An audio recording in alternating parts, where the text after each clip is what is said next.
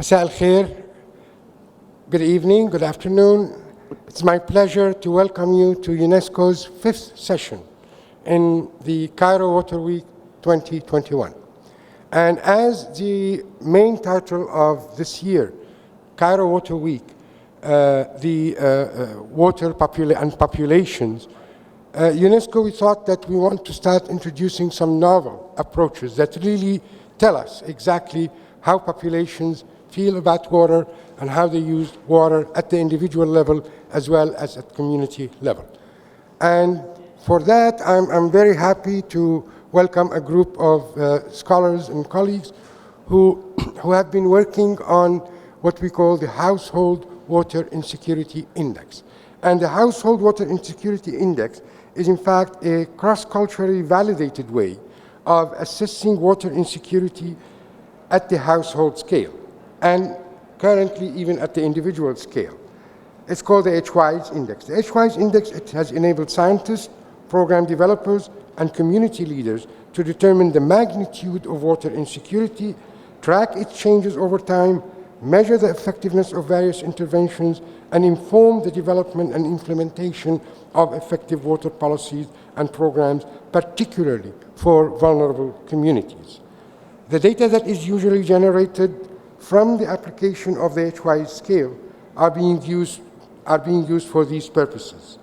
It has been applied in more than 30,000 households in 20 countries in Africa, here in the Middle East and the Arab region, and North Africa, in South America, and in Asia and the Pacific region.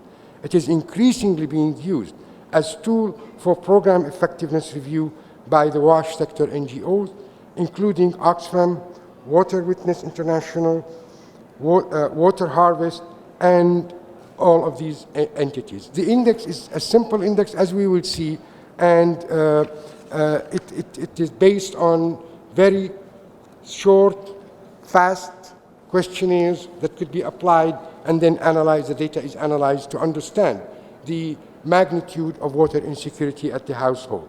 And I would like to start first by welcoming Professor Sarah Young, who is an associate professor in the anthropology and global health at Carnegie and Carnegie Fellow between 2019 and 2021. She is a faculty fellow at the Institute for Policy Research at Northwestern University in the United States of America. Professor Young has been among the pioneers in developing the index after trial of many other indicators to assess water use at the household and in terms of understanding the attitude and knowledge and practices at the household and at the community level. I would welcome Professor Young. Could you please connect Professor Young? She is joining us from the United States. It's my pleasure to be speaking with you, but it's my regret that I don't have the opportunity to be with you all in person this year. We had a great time in 2019, and hopefully 2022 will bring us back together in person. So in this presentation, I'll answer 3 questions. And the first of which is, what is this HWISE scale of which Dr. Wiescher was speaking? Well, this goes back to some work that we did starting in 2013, where we were trying to understand what shape, our work on food insecurity, where we were trying to understand what shapes how women fed their infants in a large study we were doing in Western Kenya. And it turns out that water played a big part of that. And there are really interesting stories, backstories of these photos. But what this left me wondering is if we could quantify these experiences with water insecurity in the same way that we could, and we do, quantify experiences with food insecurity. So I went to the literature to see what it is that we could come up with to measure these women's very interesting experiences. And it became clear that there are 4 domains of water insecurity.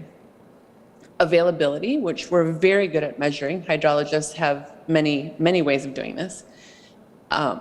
Accessibility, which JMP, the Jump Drinking Water Ladder, gives us a good sense of the physical infrastructure. Acceptability and use, at least we can measure safety. fairly well. But what was missing was this holistic measure of water insecurity experiences. And this was really surprising to me because food insecurity experiences are the basis of SDG 2.1. We measure people's experiences with food to track our progress. And there's an acknowledged dearth of data. The UN high-level panel on water is talking about how you can't manage what you can't measure. So what we did, and some of the panelists were involved in this effort, we got together roughly people from 28 countries, many disciplines, many ethnicities, and many talents, many time zones. And we developed the HWISE scale, Household Water Insecurity Experiences scale. We identified 32 candidate items, and then we tested those out across 8,000 households in many sites. And these sites were picked to really stress test these questions to make sure that the items could work in places with a lot of rain, with intermittent rain, with a lot of infrastructure, not so much infrastructure. And I will spare you the statistics and the blood and sweat and tears that went into this scale development. But if you take a picture of this QR code, you can, it'll take you to some of the details on the development of this scale. For now, what you need to know is that it's a 12-item scale that asks about how often in the last 4 weeks anyone in your household has had these 12 fairly universal experiences of worry about water, not being able to wash hands because of problems with water, and so on. And these responses are scored never if this never happens, often or always. Is scored a 3 if this often or always happens, such that the range of the scale is 0 to 36. It takes about 3 minutes to administer. And there's even a briefer version that's being implemented that takes just 1 minute. You can identify, we can understand population prevalence with a cutoff of 12 has been identified so that we can talk about the proportion of people in a certain community or a certain country who are water insecure. So now you know just ever so little about what the HWISE scale is. And the fun is beginning now because we can start to learn lessons about the world with it. So it is early days. The HWISE scale was only published in 2019, but the evidence is quickly accumulating that water insecurity shapes economic well-being, nutritional well-being, physical health, and psychosocial well-being. So it is a scale that captures multi-sectoral outcomes.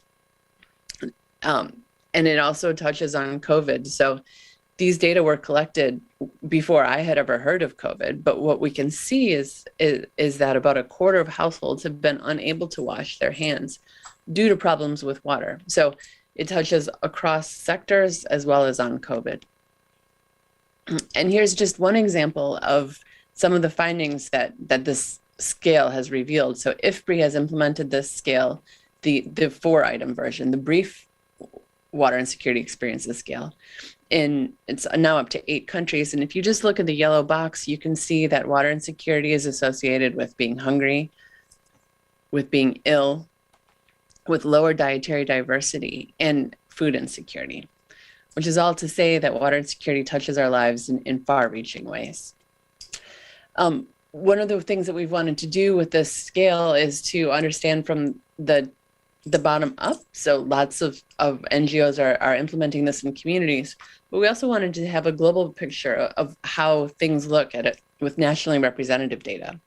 And so for that, I was so fortunate as to collaborate with UNESCO and Gallup Poll to get nationally representative data. So last year, we estimated water insecurity in what turns out to be roughly half the world's population.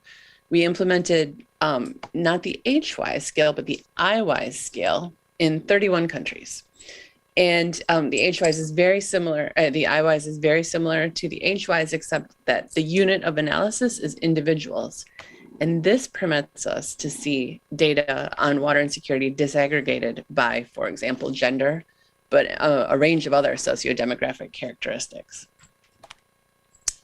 I'm very delighted to share with you some of the the first insights into water insecurity in Egypt. So these, what you'll see here, these are the nationally representative data from Egypt. And these are the 12 HWISE items. So you can see, for example, that about a third of Egyptians were worried about about their water, and more than two-thirds experienced interruptions in water. You'll recall that we have a cutoff of 12, such that we can know that roughly a quarter of Egyptians are water insecure. And this frankly contrasts to what we know from the JMP drinking water ladder, which suggests that less than 1% of Egyptians don't have improved drinking water source. We can see that women are more water insecure than men in Egypt, 33% versus 23%. And we can see that water insecurity is spread fairly evenly across rural and urban settings. And then this is the final sort of glimpse of data on water insecurity in Egypt. What we see is that while there is greater water insecurity in the poor income quintile, so on the left, these are the poorest, that's the poorest quintile, it's not unique to water insecure, to low income households. Water insecurity exists across the quintiles. And what we're, so, you know, the scale has been developed. We've proven it as reliable, equivalent, and valid in many settings. So the fun is beginning, and many organizations are taking up HWISE and IWISE. And one that I really wanted to flag is that national governments are also taking it up. So the government of Mexico put it in the National Health and Nutrition Survey. So the data are really revealing a multitude of things. UNICEF has taken it up in the mixed surveys, as well as in country evaluations. Okay, so for my final question I'm going to answer, which is this: how could experiential water security scales be useful in your work? And I see kind of them being useful at multiple levels. So we can use them to understand the prevalence of water insecurity, and importantly, disaggregated by sociodemographics. I mean, we can agree that gender has been missing from many of the SDGs. This is an opportunity to see how water security varies. And then with that information, we can target things. We can identify policies that need to be changed and resources that need to be reallocated. We can also understand the impacts of programs or shocks, natural shocks, or infrastructure development. And this is just a quick glimpse of an intervention that Oxfam did in Sierra Leone. And what you can see is the intervention is pretty basic. It was some boreholes being built and some governance training in 900 households. And these were, water insecurity was then compared to 900 other households where governance intervention did not occur, nor was there any infrastructure. And you can see a dramatic decrease in the water insecurity score. So those who received this intervention scored only 6.8 points. And the proportion of people who were water insecure was dramatically lower, 25% versus 66.1% in the non-intervention sites. And then, of course, we can use the water insecurity to understand the level of the household and the individual for understanding consequences for well-being. And it's for these reasons that the WISE scales are being really looked to as decisions are being made about investment and advocacy and policymaking. For example, FCDO recently made a large grant to UNICEF and Global Water Partnership in order to, with the idea that what the WISE scales is the primary outcome. So in summary, I would submit to you that the WISE scales offer new insights that current indicators don't let us see. They bring a human voice to the water sector. They're more proximal to well-being than our current measures of availability and infrastructure. They give us high-resolution, gender-disaggregated data that are comparable across time and infrastructure and climates and cultures. The scales, and I should have said this sooner, are what are called non-invariant. And what that means is that we can take a 7 in Malawi and compare it to a 7 in Pakistan, for example. These numbers hold up. It's also quick to collect. I mean, it takes 3 minutes to administer the full scale, and the analysis is a simple question of multiplication. Because it's so similar to the food experiences scale, which is an SDG indicator, it's easy for people to understand. And the uses are numerous, including to understand prevalence, to target resources, to understand impacts, and to advocate. At the Stockholm World Water Week last year, the British Foreign Minister talked about how this was a tool that can, a smarter indicator that can hold stakeholders accountable. And for this reason, it's starting to be discussed as a new post-SDG target. So last year, we measured nationally representative data on water insecurity experiences in every country. And I'm of the strong belief, and I'm actively fundraising to get the resources to measure water security in all countries, in all 150 countries that Gallup works, so that we have data for robust decision making. So you now know what the WISE scales are. You know that they've told us some things, and there are a number of possible uses. And it's with delight that I turn the microphone over to the other panelists who will discuss exactly some of those uses. It's a pleasure to speak to you from the United States, and I really want to thank UNESCO for their warm partnership in this work. Thank you.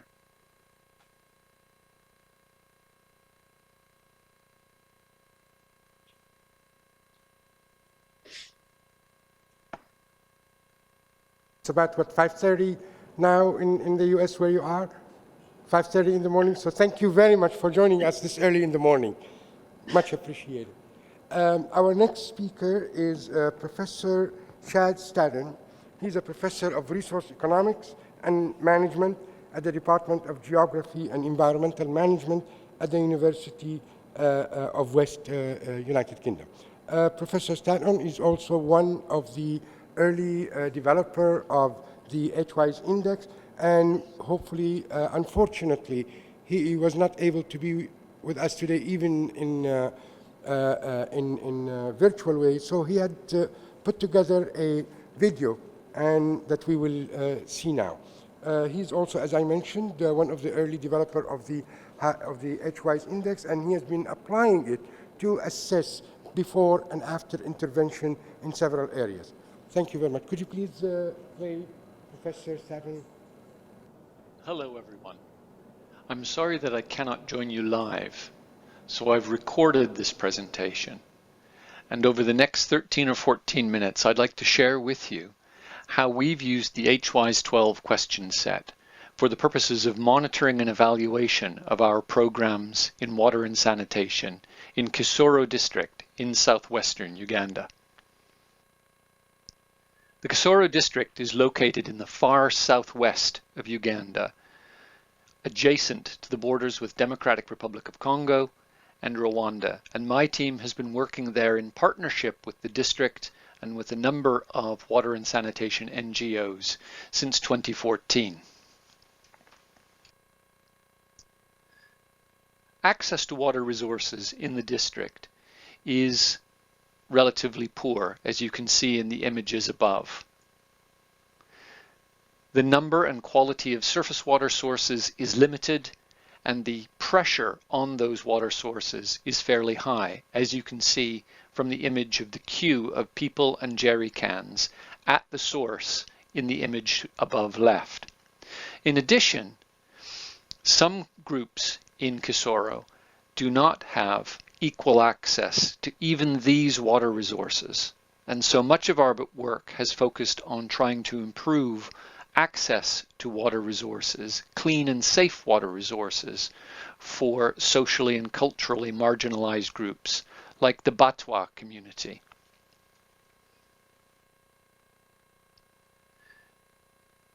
Much of our work involves actually building rainwater harvesting and gravity water supply schemes, but also monitoring their performance, repairing them where they go wrong, and building the capacity amongst the local population to pick up this important work from us.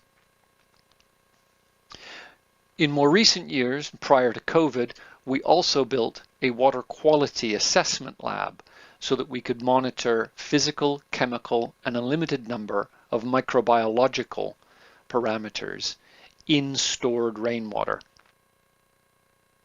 Our work is aimed, of course, at helping to achieve SDG 6 and in particular SDG 6.1, but of course our work also touches on a number of other SDGs, including 2, 3, and 5.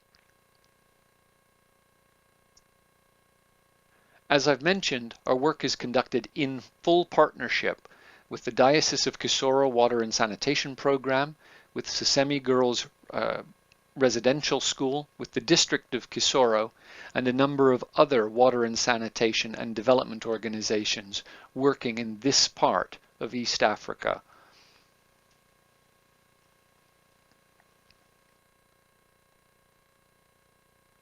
I'd like to talk to you briefly about the kinds of things we've been doing, and then I'll tell you about what application of the HWISE 12 set of questions tells us about our effectiveness and our impact. As I mentioned earlier, part of our work involves building water services assets. One part of this portfolio involves building above-ground ferrocement rainwater harvesting tanks and systems, some of which are indicated on the map in front of you. We are also involved in building gravity water supply schemes that bring water from springs, often located in more inaccessible parts of communities, down to central points where more people can access the water for daily use. Alongside, we do quite a lot of work on capacity building in the communities so that people know how to assess and better manage the water assets that we are building, which, as I said, include above-ground ferrocement rainwater harvesting tanks. The image at the left shows a standard domestic tank, which is usually specified at 5,000 litres or 5 kilolitres and is manufactured of a metal mesh surrounded by a ferrocement sand and cement mixture. These tanks fill during monsoonal rains off the catchment areas, which are usually the roofs of dwellings. In the image at the lower right, you can see a much larger tank which we built as a community resource, a tank of 20,000 litres, and for which we actually specially built a roof catchment system.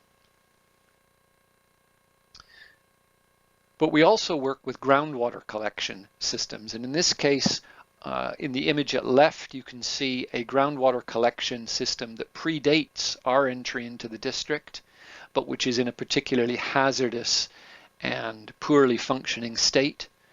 After we had undertaken some partnership development work in terms of improving access and protecting the groundwater collection zones immediately uphill of the output, you can see at left we've got better output and safer access. As previously mentioned, quite a lot of work goes into building assets, and one of the things we've discovered is that if these assets are not built and maintained correctly, they can fail within a very short period of time after commissioning. And the images at left show a number of common crack type failures, which are usually associated with poorly mixed, poorly formed, or poorly cured concrete. And so a considerable amount of work has been put in over the last several years to help ensure that when these assets are built, they're built according to a formula and a method that ensures they are assets that will provide many years of useful service.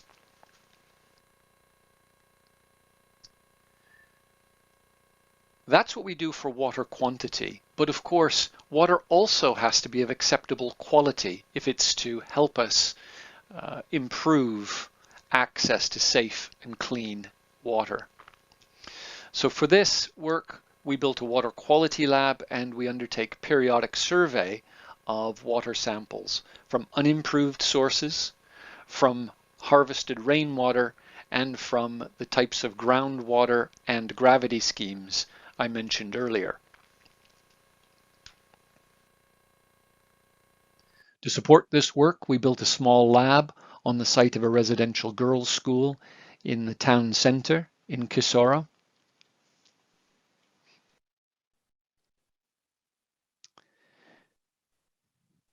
All of this work, which has been ongoing for several years, is aimed at improving physical assets for capturing, storing, and making available different kinds of water for households and communities in Kisoro district. But it actually doesn't tell us a great deal about how beneficiaries experience these assets. In order to better understand this important aspect of our work, we've used the HWISE 12 questions as part of a two-phase questionnaire survey initiative, which took place in the summer of 2019 and then most recently in the summer of 2021. In addition to the HWISE 12 questions, we have a number of other questions in our survey, and the surveys have been implemented by local teachers and health visitors to households who've agreed to take part in both the summer 2019 and summer 21 surveys. So we get paired sets of observations. With our questionnaire, we can assess the extent to which specific households have found that our interventions have helped improve their water security experience.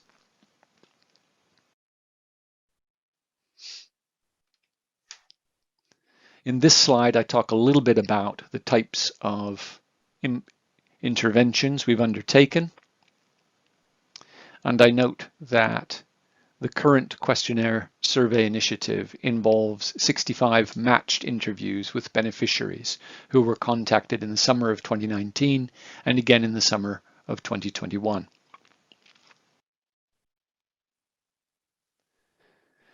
Before we get to the HWISE questions themselves, we ask respondents to place themselves on a ladder of water well-being with a position of 1 in the lower left indicating high water status and water satisfaction, and 10 in the lower right indicating low water status and low satisfaction with water resources. As you can see from the bar chart, the blue bars indicating how respondents answered in 2019 suggests a fair degree of dissatisfaction with water resources at that time period. But I'm gratified to note that by the time we resurveyed these 65 households in 2021, respondents were placing themselves further towards the higher well-being end of the spectrum. Visually, this suggests that beneficiaries feel and perceive that they've benefited from our interventions.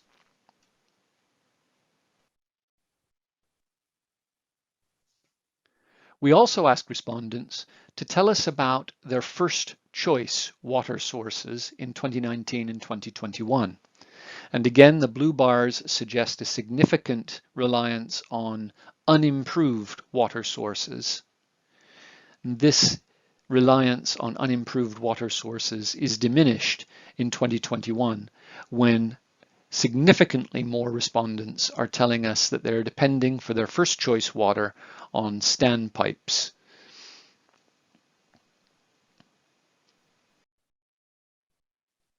For second choice water sources, the shift is from unimproved water sources towards rainwater collection.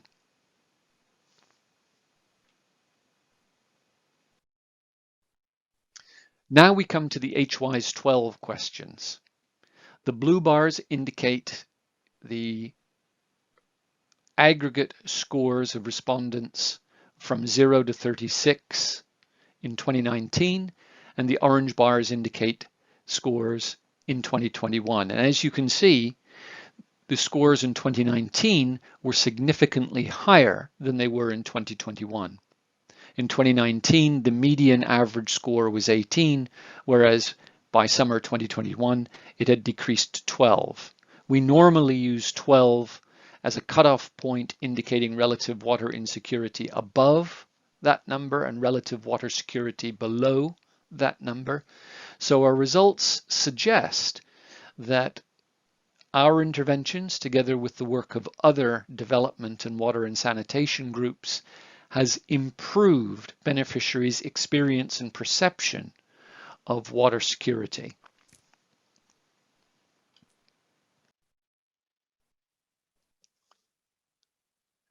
We've also looked a little bit at how good specific questions are at predicting overall response across the 12 questions.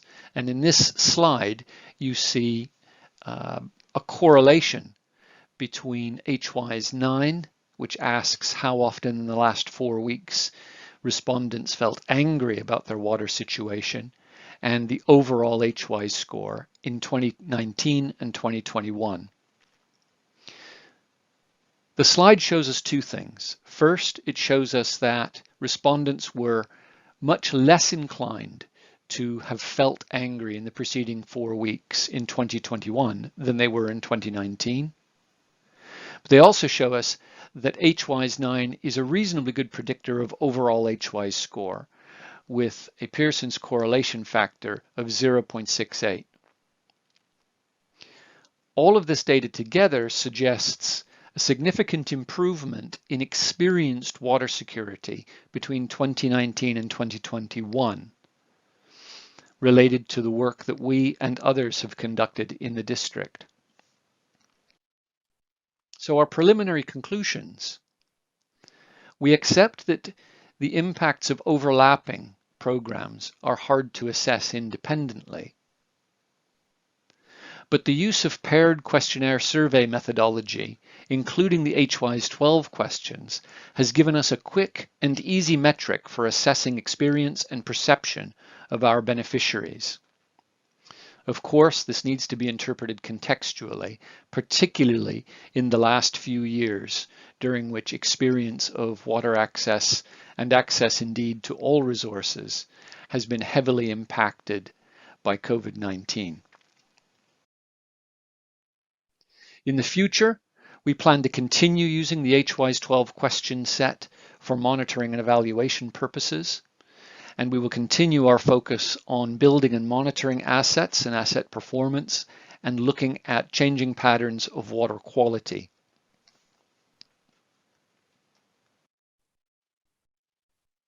Thank you very much for your attention, and if you have any questions or would like to learn more about our work, there's a website link, a Twitter link, and my email address. I would be delighted to hear from anyone interested in learning more about our important work in East Africa using the HWISE 12 question set. Thank you very much and have a great conference. Well, I will convey our gratitude to Dr. Chad when I talk to him next time. Thank you, Dr. Chad. And we will switch gear now a little bit to hear about a project on achieving water security through water demand management, WDM, potential for water use efficiency and water saving in pilot areas in Algeria. And this presentation is a joint work to be presented by Ms. Suzanne Taha, who has more than 30 years of experience in water policy development and integrated water resources management, master planning, water demand management, treated wastewater reuse, and monitoring participatory irrigation management and irrigation management and transfer of water use association. She is a key water expert in the Water Environment Support Project funded by the European Union and responsible for the design, management, and supervision of the water-related activities in the coordinating the WES activities and support demonstration project. She was also the key water expert in the SWIM H2020 SM and SWIM SM project. During her career, she was involved in dissemination of water sector policies and practices in the public and private sector, including demonstrating impacts on unsustainable practices. Also join us for this particular presentation is Dr. Matthew Bullock, who is a water consultant with over 25 years of experience in all aspects of water supply, wastewater, and flood alleviation. He is a chartered water environmental manager and has worked in over 30 countries to create new and rehabilitated infrastructure, as well as advising on improved operation of existing water systems and from water user point of view. I would welcome both of you, colleagues, and look forward to hearing your presentation. Thank you. Who's going to start first? I will start, if you don't mind. Ms. Taha will start first? Yes. Please go ahead and share you. your screen time. Yes. I would like to welcome you all and to forward my greetings to all of you in Cairo. Sorry we can't make it and come to you due to COVID-19 restrictions, but please accept us to be with you virtually today. My presentation or our presentation today will be on achieving water security through water demand management and basically to explore the potential for water use efficiency and water savings in Algeria, in a pilot area in Algeria. Just to put you a little bit in the context of water scarcity in Algeria, you have already seen by Ms. Sarah Young the level of insecurity in so many countries in the world. Algeria is one of them. This is due to water stress and the imbalance between demand and supply, poor renewable water resources, whereby 85% of the country is arid, and the water stress expressed in availability of water per capita is 300 meter cube, which is much less than the threshold of 1,000 meter cube per person daily, yearly. Then, as a result, there is a little. The supply has been decreasing and resulting in intermittent supply, which exacerbates problems related to network efficiency and water hoarding. And this affects the future supply demand balance and results in its vulnerability. This is a map of the level of water stress in the different countries in the world, including Algeria. As you see here, Algeria is marked as a high water stress country, and in the year 2040 this stress will be increasing, and it will reach more than 80% being the ratio of withdrawals to water supply. So basically the problem when we say about water stress, we are talking about the relationship between supply and demand. On the supply side, there are constraints in natural water resources, including its seasonality, changes due to climate and the environment, technical constraints related to the aging of the network and their operation and management. While on the demand side, the water demand is increasing due to urbanization and increased population, and necessitating management of demand, which requires proper institutional framework and commercial framework. In order to alleviate the shortages in the country, or in any country, so to speak, we need to look at the resource management and the demand management. Resource management, whereby we try to integrate the resources and utilize all types of resources, water, groundwater, surface water, non-conventional, etc. Distribution management, in order to manage our networks and reduce the losses there, and the end users demand management. But looking at the resources and distribution side, this requires high investment with a long lead time, whereas if we target demand management at the use side, we are looking at lower investment and shorter lead time. So, but looking at the end-use demand management, this requires an understanding of the current usage. It requires a high level of engagement of all the customers and users and diverse stakeholders with the varying attitudes and the range of different views between the stakeholders.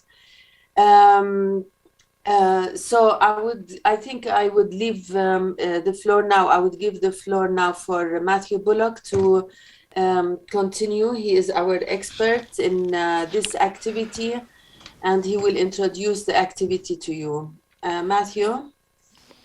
So, good morning from the UK, good afternoon in Cairo. My name is Matthew Bullock, and I'm working with Suzanne on this pilot project.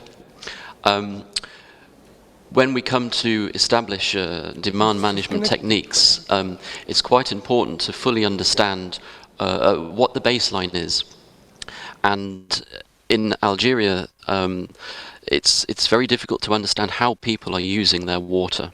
In many other developed countries, we have a lot of academic studies to rely on to understand how people are using water within their homes and outside their homes. But this is not the case in Algeria, and therefore we are implementing a survey based project to understand what the baseline is before we can actually propose initiatives and understand how those initiatives may be received by the local populations. So as we see here on the right, this is a classic kind of Six Sigma approach, where we're defining the problem and then we're trying to measure and analyze data to understand that problem more readily. So as we say in the slide, we're establishing the baseline and we're trying to understand what the real consumption is, where this water is going. As Suzanne has said, Algeria is under significant water stress, and this means that we need to find coping mechanisms for reducing the water demand if we can, or at least trying to preserve the current level of water usage so that the water resources that we have can be more clearly aligned with the demand that there is. So in our survey, we try to establish a baseline for the actual water use. That's in numerical terms, but we also try to understand what the attitudes towards water use and water conservation are.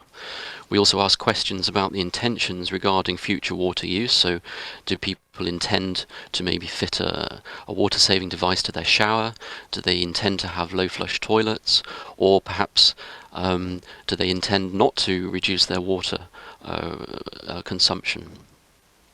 And then we will use this data to assess what the likely reactions are to the top-down and bottom-up actions that we may propose within our project. Next slide, Susan.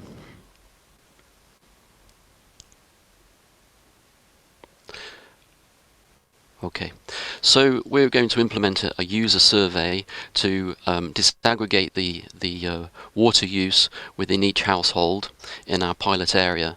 We're going to survey around 300 households, and we're going to understand what the perception of water use is against the actual metered use. In most households in urban Algeria, there is a water meter, and people are paying for their water against the volume that they're using. But perhaps they don't fully understand the linkage between what they're paying and how they're using their water.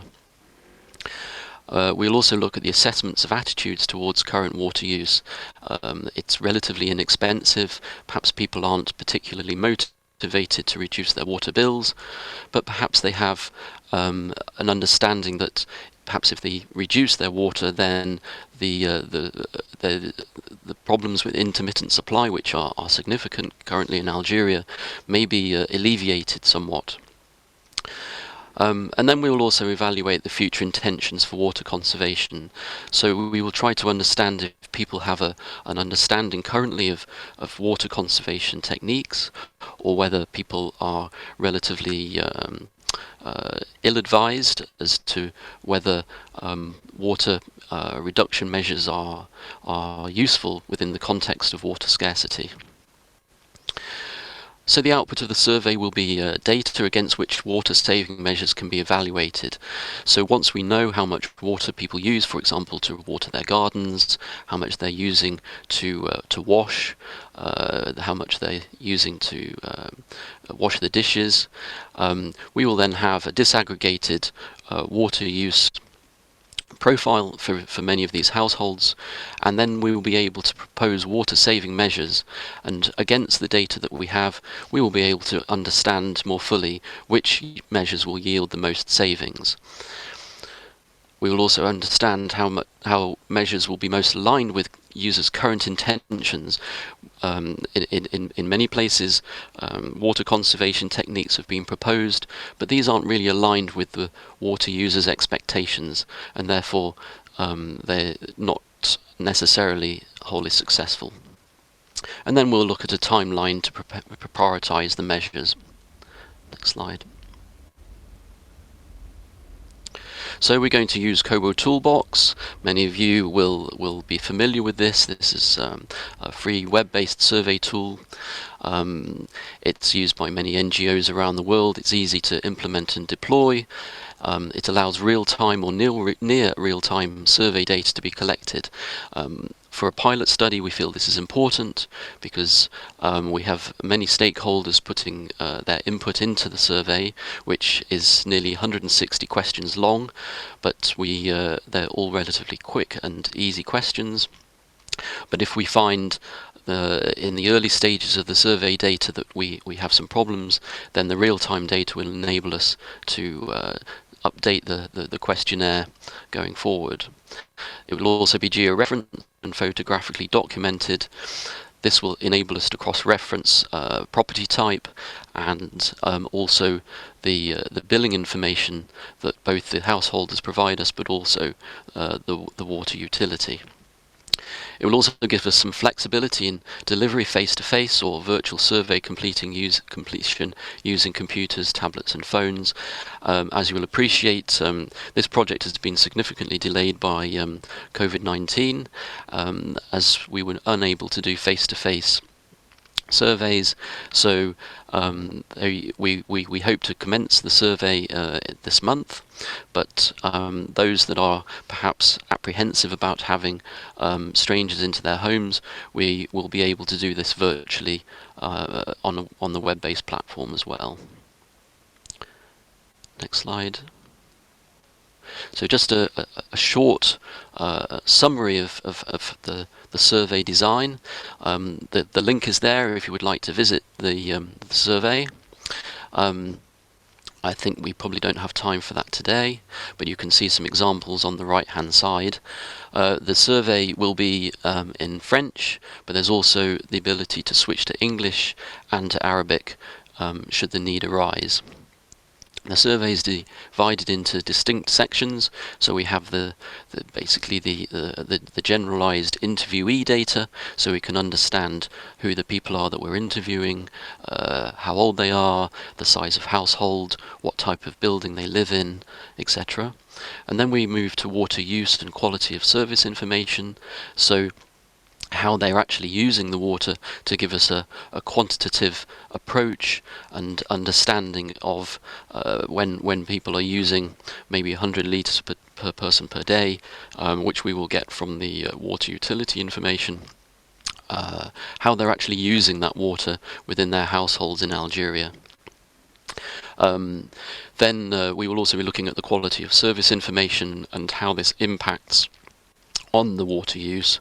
So for example, there are many in places where intermittent supply is commonplace, so how much water hoarding, for example, takes place, and how much this impacts on actual the ability for people to carry out their lives using the water they need. We'll also ask people to report on the state of their plumbing and their storage, because in many places around the world, significant losses. Mr. Matthew, and you have wastage. 5 minutes more, please. We need to... Yes. Thank Okay, you. we're second to last 5 slide. minutes. Thank you. And But the most important part of this survey design is the water saving intentions and the opinions on current water saving. We will also ask about previous water saving activities and the attitudes towards water saving devices. So, for example, if we, at the end of this process, we would like to propose low flush toilets, which are not commonly used in Algeria, but people are resistant to that, or they feel they're expensive, then this will formulate better our proposals. And then lastly, the personal views on water conservation and the motivations, whether these are largely financial motivations, whether people are sufficiently aware about the environmental impacts of their water use.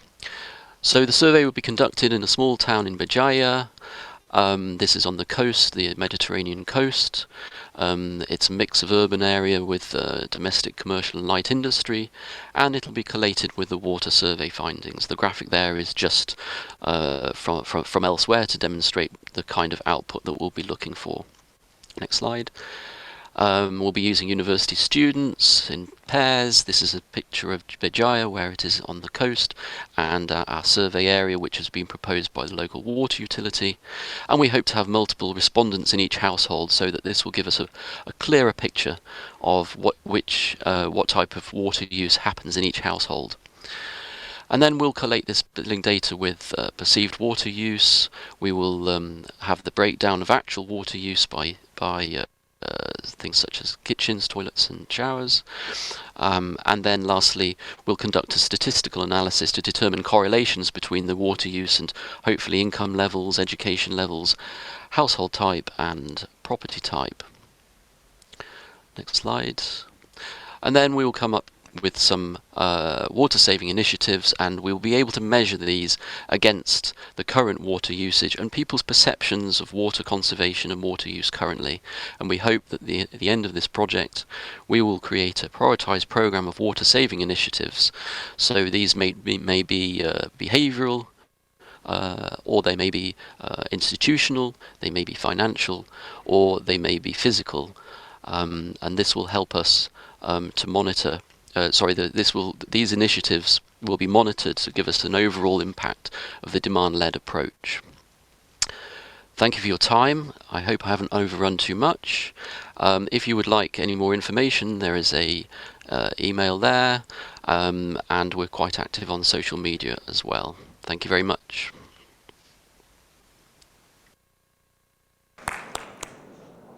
Thank you very much.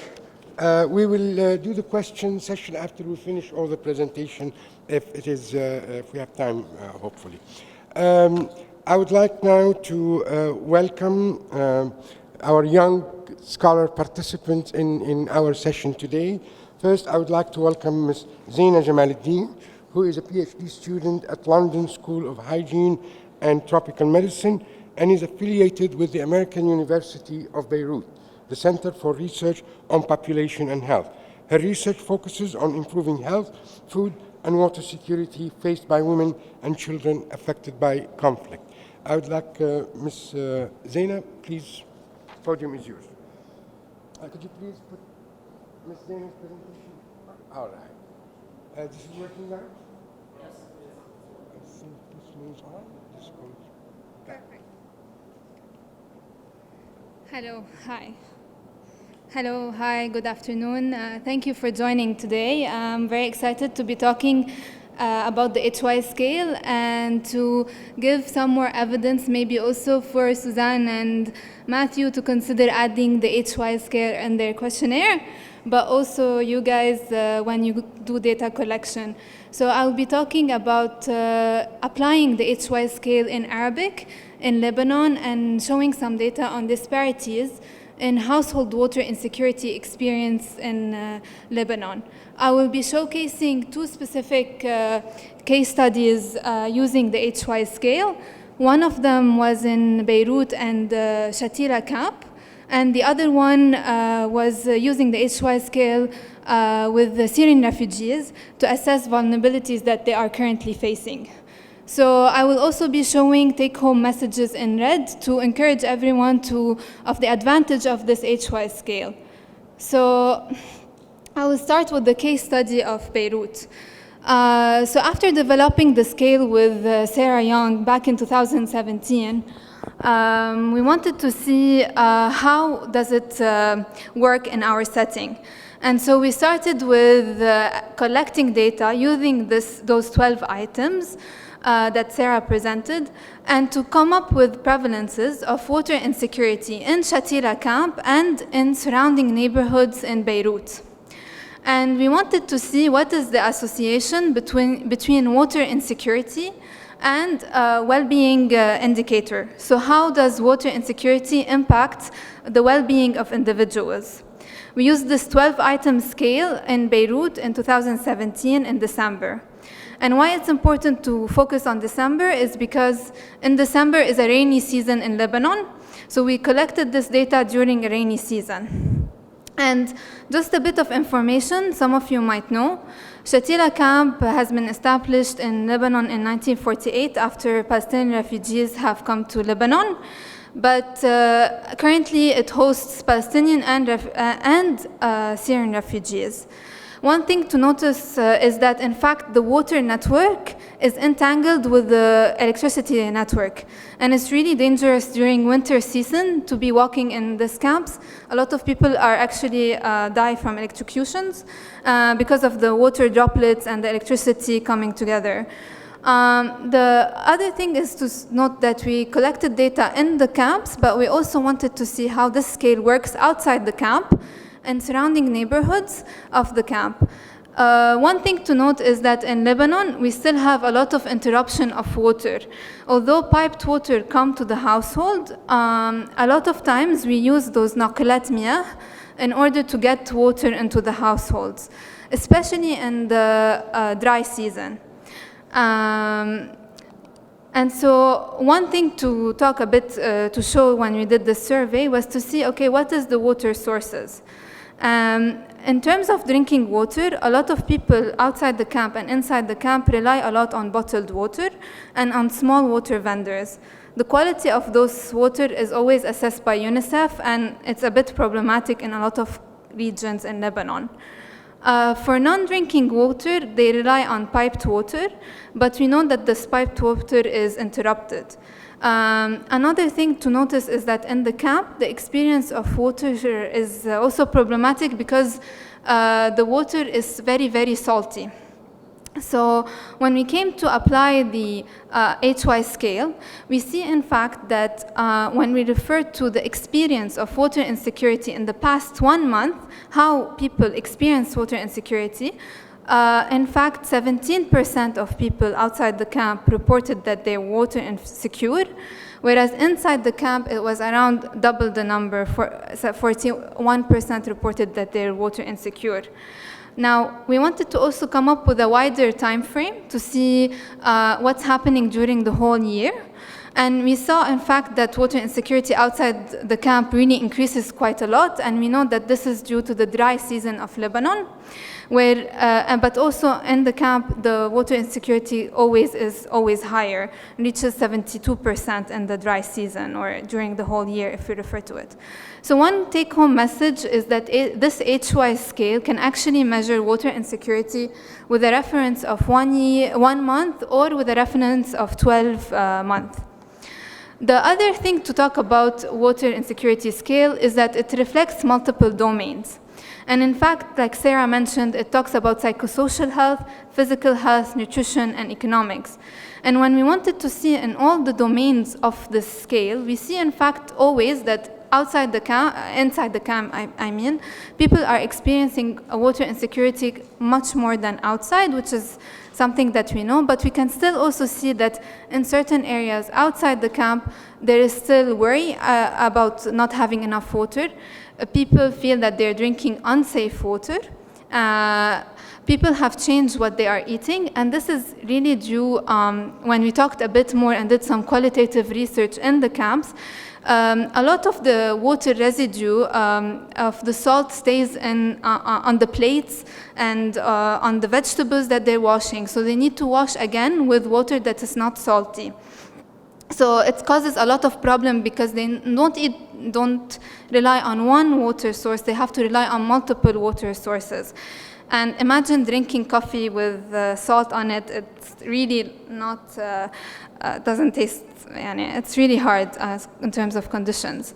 Finally, there's some reports on the fact that the water situation prevented them from earning money and actually not having enough water to shower, so they couldn't go to work because they're not really showering. So this scale actually detects disparities in neighboring and actually is able to detect water insecurity in neighboring and very close proximities. And now, the second objective of the study was to look at how this water insecurity actually is related to indicators of well-being. And so using the HWISE scale, we were able to see the associations between water insecurity and poorer self-rated health, specifically in the non-camp setting. So if we look at those that were poor, reported that their self-rated health was poor or very poor, 28% reported that they're water insecure outside the camp, versus those that reported that they were very good or good, around 70% reported that they were water insecure.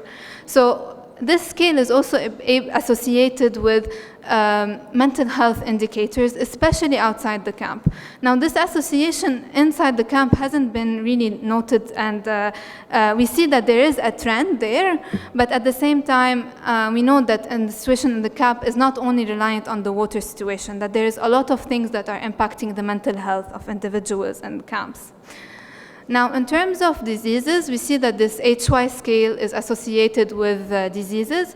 The bars in light blue are referring to water insecurity, and we see that there is association between higher water insecurity and gastrological and skin diseases and other diseases.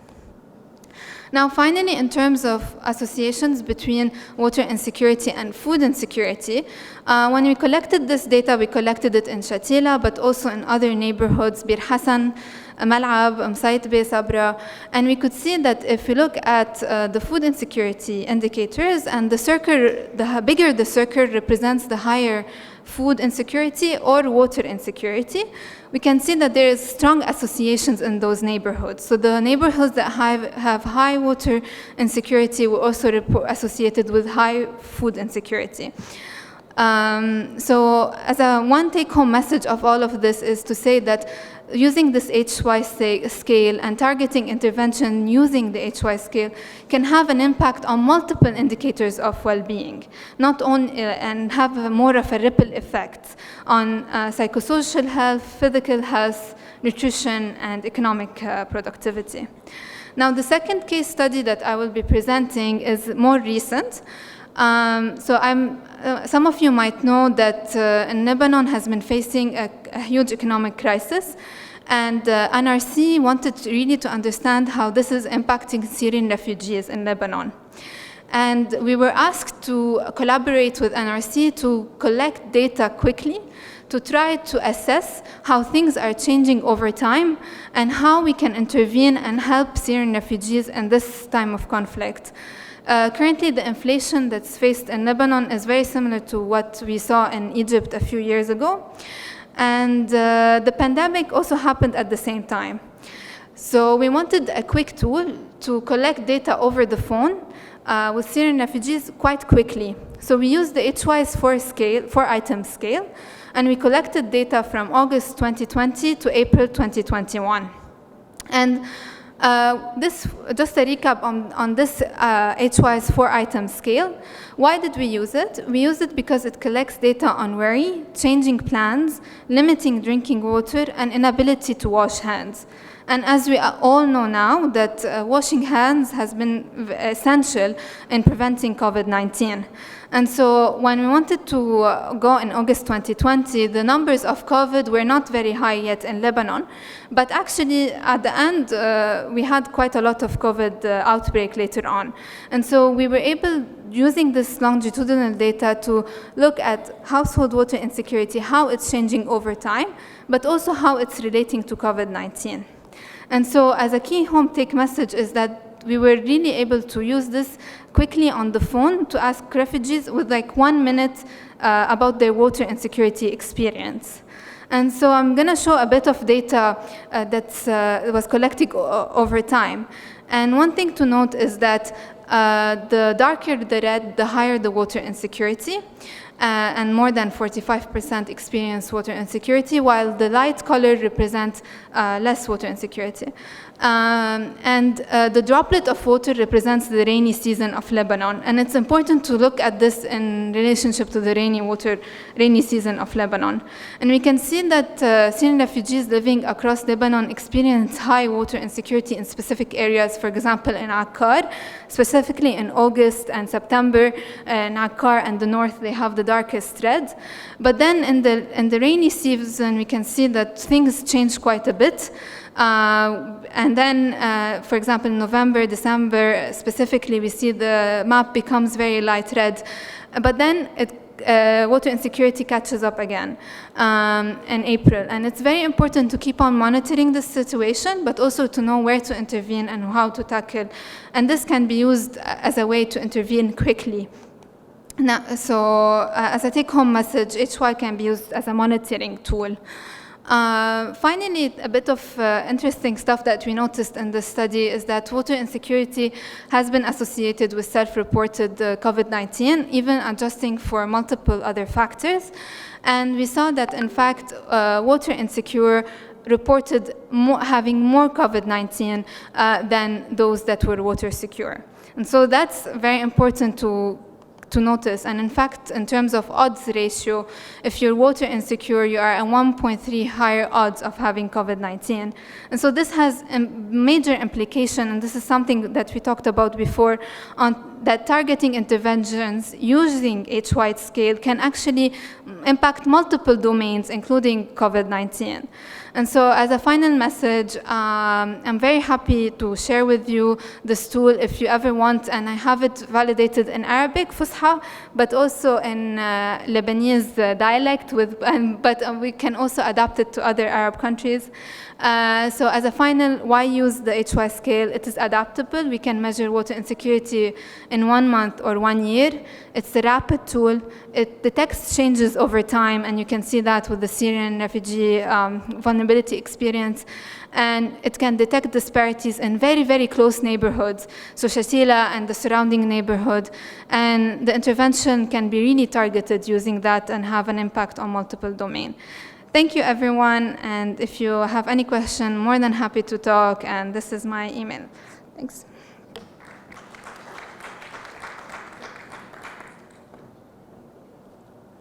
Thank you very much, Ms. Zaina. I think we're seeing, as we go forward, that some of the characteristics of the HWISE scale, in a sense that it is easy to implement, it provides a voice for the people, and it allows us to also understand, especially if we are doing some studies and some targeted interventions for some vulnerable areas.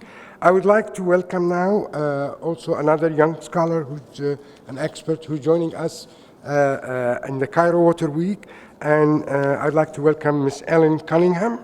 Ms. Ellen is currently also pursuing her PhD in economics at Glasgow University on the linkage between water insecurity and socio-economic development to households in Sudan.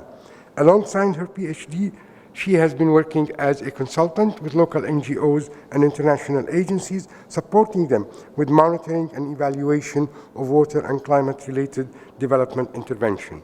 She is going to tell us about the combined use of survey data and the HWISE scale to assess water insecurity in Sudan. Ms. Ellen, please join us. Please present Ms. Ellen's presentation. Fast. Thank you. Good afternoon, everyone. Thank you so much for having me here. It's my pleasure to be here with you today. I'm not going to stand here and pretend that water access is the most pressing issue going on in Sudan today, but nevertheless, I'm here to discuss two applications of the HWISE scale. One is a means for detecting the prevalence of water insecurity in an urban informal settlement in Khartoum. And secondly, I'm going to discuss more generally the application of HWISE as a tool for the impact assessment of water-related interventions more generally. So I'm going to start by taking you through some of the preliminary results from my own PhD research, which has been conducted in an urban informal settlement of Mayo in Khartoum. The reason why we ended up in Mayo is because, as part of my PhD last year, I undertook a systematic review of 127 articles which focused on the household impacts of water insecurity.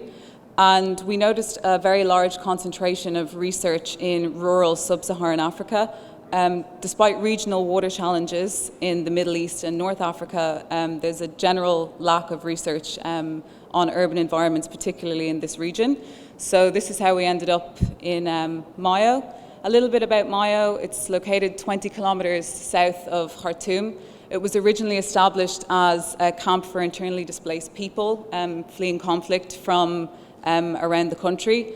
As a result, the majority of the population is made up of people from southwestern Sudan, including Darfur, Kordofan, and the Nuba Mountains. It's extremely difficult to estimate the population in Mayo. This is because birth rates are generally around 30%.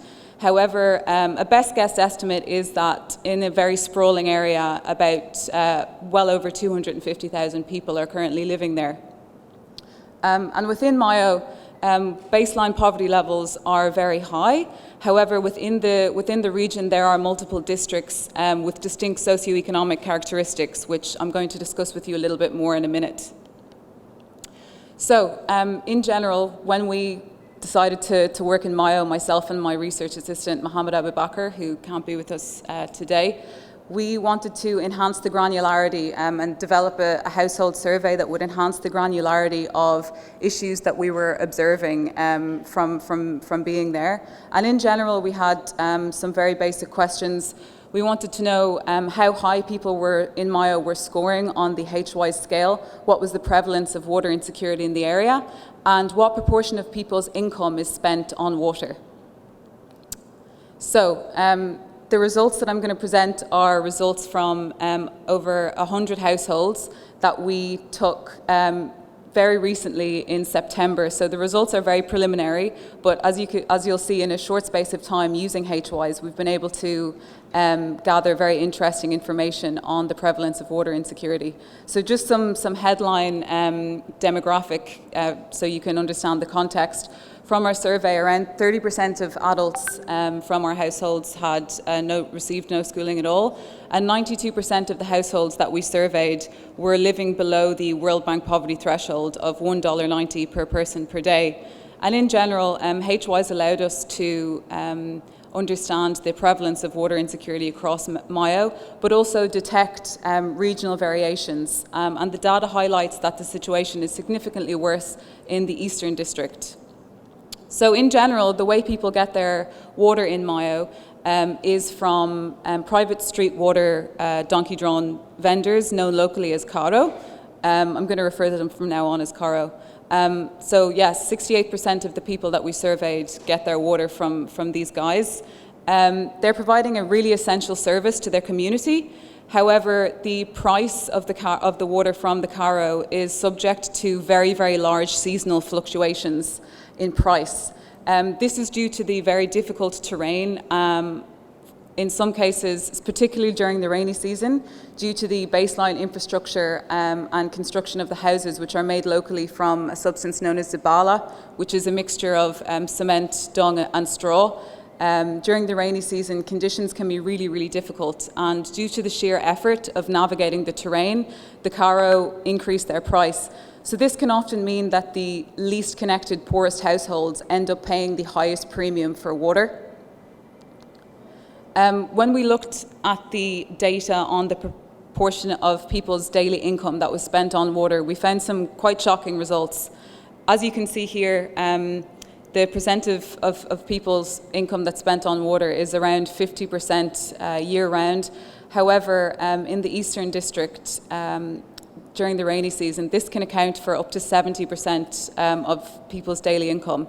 This results in a significant financial burden being experienced by the communities in Mayo year on year, and obviously means that there's very little income available for spending on healthcare, educating your children, and it also leaves the community very open to food insecurity, particularly during the rainy season.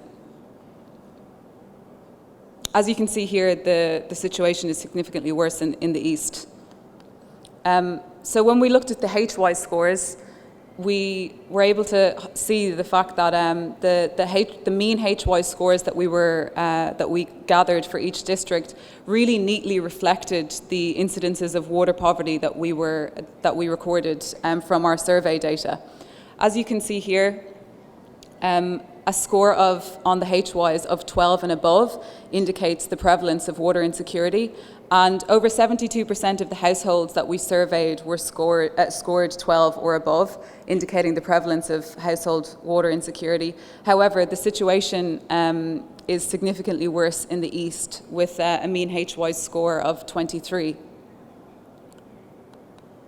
The nifty thing about HWISE is that, as well as detecting the prevalence of water insecurity, it also allows you to look at the specific lived experiences of water insecurity that people are experiencing on a daily basis. And the data from Mayo shows that key issues include the vast majority of respondents indicating that they were worried about water, that their water source had been disrupted or severely limited, that they couldn't wash clothes, and that they had to change plans like going to work or school or caring for family members in the last 4 weeks. When it came to implementing the scale on the ground as part of our survey, we actually made the decision to remove the question 12. This relates to asking people how frequently their water situation has induced feelings of shame or social exclusion. In general, as a data analyst, for the sake of completion, you would want to include all aspects of the scale, but having conducted 2 pilots, I think it's really important as a researcher to understand and be sensitive to the context that you're working in. And we decided to remove this question in the end. Having discussed this with Dr. Young, it turns out that HWISE 12 is actually the question that least influences the overall HWISE score. So it's not a problem to remove that in practice if you need to in the context that you're working in.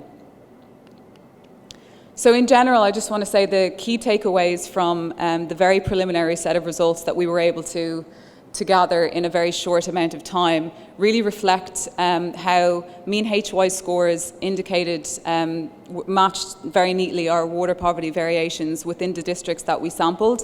And HWISE was able to highlight the specific aspects of water insecurity that are being experienced every day by communities in Mayo. So it was a really, really useful tool for us as part of the baseline assessment to detect water insecurity in the region. I'm now going to move on a little bit to discuss the HWISE and its relevance to impact assessment in water-related interventions more generally. As you can see from this graphic, despite being a really important part of ensuring accountability, impact assessment is undertaken very rarely in practice, and there's very few projects in the development sector that actually undertake comprehensive impact assessment. In the context of the climate crisis, it's really even more critical that the impact of water-related interventions are evaluated effectively and that the benefits of these programs are delivered. So in an ideal world, as you can see from this diagram, the monitoring and evaluation planning should really be included before the project outset. And there are many opportunities for technical specialists and academic researchers to work with international agencies to support this format, particularly in the water sector. Obviously, this relates to issues regarding water management, and this is where the HWISE is a really useful tool for measuring the impact of water-related humanitarian and development interventions. But however, there are some, it's with great pleasure today that I'm able to discuss the project planned with the ILO in Mayo. The ILO have had the foresight to engage with us from the project outset in order to conduct a academically rigorous, comprehensive baseline and impact assessment of the planned works in Mayo. Obviously, the specific timelines of this are now pose a very big question mark. But in general, a water and sanitation rehabilitation project is planned in Mayo in the very near future. This will include the rehabilitation of access roads, water and sanitation points around Mayo, and will use the HWISE scale as a metric for water insecurity to truly assess whether water insecurity has been enhanced pre and post the project.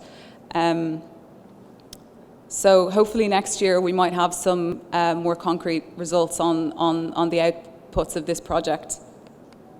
But in general, I just want to recap on the key takeaways, that water-related humanitarian and development interventions in the context of the climate crisis must enhance household water insecurity, and the HWISE scale is an easy-to-use, adaptable means of establishing baseline household water insecurity levels.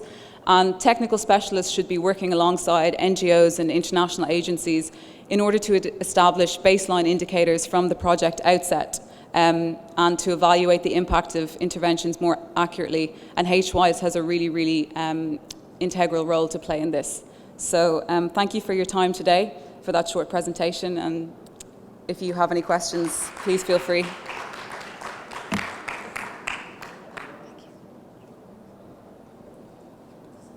Thank you very much, Ms. Cunningham. Allow me to introduce myself now at the end of the presentation. My name is Bishir Imam.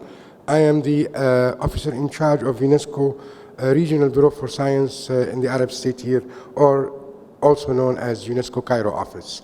I'm also the regional hydrologist for the Arab States, so that's where I've been engaged with the ministry here, as well as with colleagues in various water sectors here in Egypt. Now, I think we are already beyond the time allowed for us. But since nobody is asking us to leave the room, if anybody has a question, we may be able to take 2 questions. But please, if you are asking the question, let us know who are you directing the question to. Do we have a microphone, please? And please identify yourself, tell us who you are. And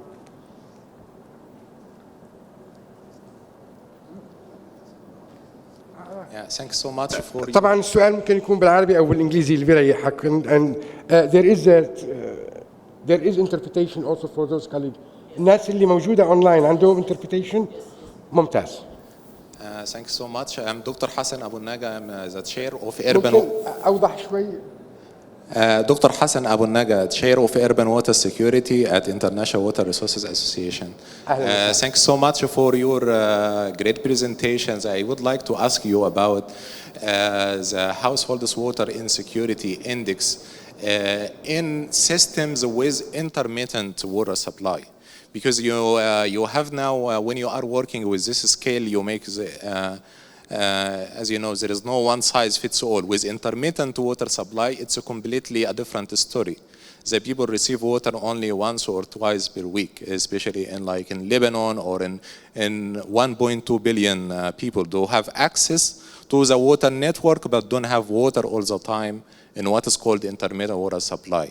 And the causes, as you see with the scale, if you measure it only with the access to the water network, it wouldn't be also achieving the household's water insecurity.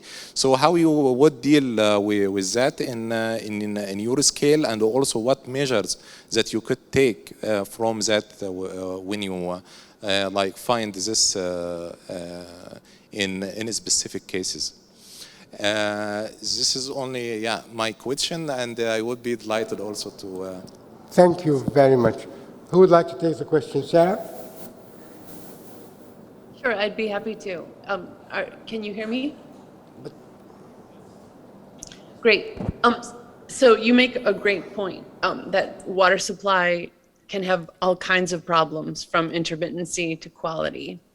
And what this scale does is, by having a recall period of 4 weeks, we can capture the frequency. So sometimes the supply is interrupted. So always it's interrupted, or rarely. And with that recall, that captures that issue. It's more interesting for responses to come from people who are in the room. So maybe Zaino would like to add something to that. Any comment from other colleagues on the podium? Colleagues online? And I would just add that you're making a really excellent point by distinguishing how infrastructure alone doesn't tell us what water, the level of water insecurity. Like we saw in Egypt, roughly 99% is covered with infrastructure. But that doesn't tell us about people's lived experiences with access and use. Yeah, I think during the MDG era, there was also an attempt here in the Arab region to collect what they call the MDG Plus, which were also not only collecting the standard wash indicators that were used in the MDG, but also to start thinking of service interruption, service continuity, and whether the water is always available. Because yes, you can connect the house to the water, but it doesn't mean that the water is going to be available every day, even with the full connection from the network. Any other question? Please. بالعربي أو بالإنجليزي, whatever. Okay, thank you, moderator. Hello, everyone. Good afternoon. Thanks for the panelists and for nice presentations. I'm Hanan Al-Amin from Sudan, researcher and activist in environmental issues, sustainable development, climate change, water issues. Regarding what has been revealed from your presentations, maybe the question is going especially for the application and the source itself. How often do you like plotting the data or collecting the data? Maybe for Suzanne and Matthew, and that do you contribute the civil society organizations, or do you have like focal persons within the communities to collect the data? Because we need it for monitoring, we need it for decision making. It's not just for a study for a time being, but for sustainability and for accountability maybe by the end. If we consider these issues very proper and in a holistic approach, maybe we can reach the optimum benefit even for the system or from this data or analysis being made. And thanks for Ellen to focus on this area in Sudan, which is an urban area, because we see that no water, that means not just no life, but even no security for those kids or students in the school to continue with their studies at the same time, especially the girls, especially the nutrition and food. There is they are suffering really. No water, that means increasing of poverty, increasing in nutrition deficit or hazards maybe. So something like that are very important, those studies to be sharing and to have a network by the end. Thank you so much for all the panelists. Thank you.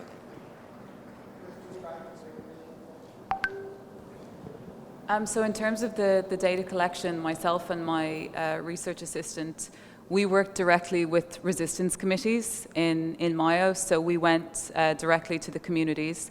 And we were in the process of training community representatives on how to use the tool, and also in general survey implementation methods. Obviously that's been a little bit interrupted right now, but yeah, I completely agree with you. And I think in terms of monitoring over time, implementing it as regularly as possible, seasonally, in order to understand seasonal fluctuations in everything. Because of the recall period being 4 weeks, it's really useful to detect any kind of variation. So yeah, I agree with you that it needs to be monitored and used directly by communities. From our side, from our perspective, we will start the survey soon, but before we do that, we are trying to identify all the stakeholders at the local level that we would like to work with. On the one hand, on the other hand, we are partnering with the University of Béjaïa, and we are training university students, whether from faculty of civil engineering or those who are doing masters in irrigation, in hydraulic engineering or water resources engineering, etc. So we will be training them, and we will be documenting the methodology in order to enable upscaling of the activity in other areas, and later be in a position also to highlight the main elements of water demand management, assessment, and policy in the country. If you don't mind, I have a question for Sarah. My question to you is, is this something that is taking place, this assessment of water insecurity, is it only taking place at the level of international organizations, or if not, what are you doing in order to enhance and promote its use at a national scale to identify water poverty areas within the country? Yeah, thank you for the question. So we're rolling this out at both local levels. So lots of small NGOs are using it, like Action Against Hunger, just as one example, is using it in small communities. But national governments and larger organizations are also taking it up. So like the government of Mexico, the government of Colombia, and then organizations like UNICEF and Feed the Future, so USAID's international development, are using this for national or regional surveys. So it's our hope. I mean, I think we should know what the world looks like in terms of their water insecurity. And so we're raising the funds needed to collect those data. It's roughly $1 million. And we would like those data to become a public good, because we can't know who's being left behind if we're not measuring it. Mm-hmm. Okay. Thank you. Thank you very much. I think we have to clear the hall now. Thank you very much for our distinguished speakers, all of you. And thank you very much for our participants and attendees. This was a good session, and I hope that next year we will hear more about how the HWISE index is being used in all over the world, as my colleague Sarah said, and hopefully there will be also further cooperation between the different colleagues who are doing different types of survey, and I hope that this particular session can instigate that. Thank you again. Thank you.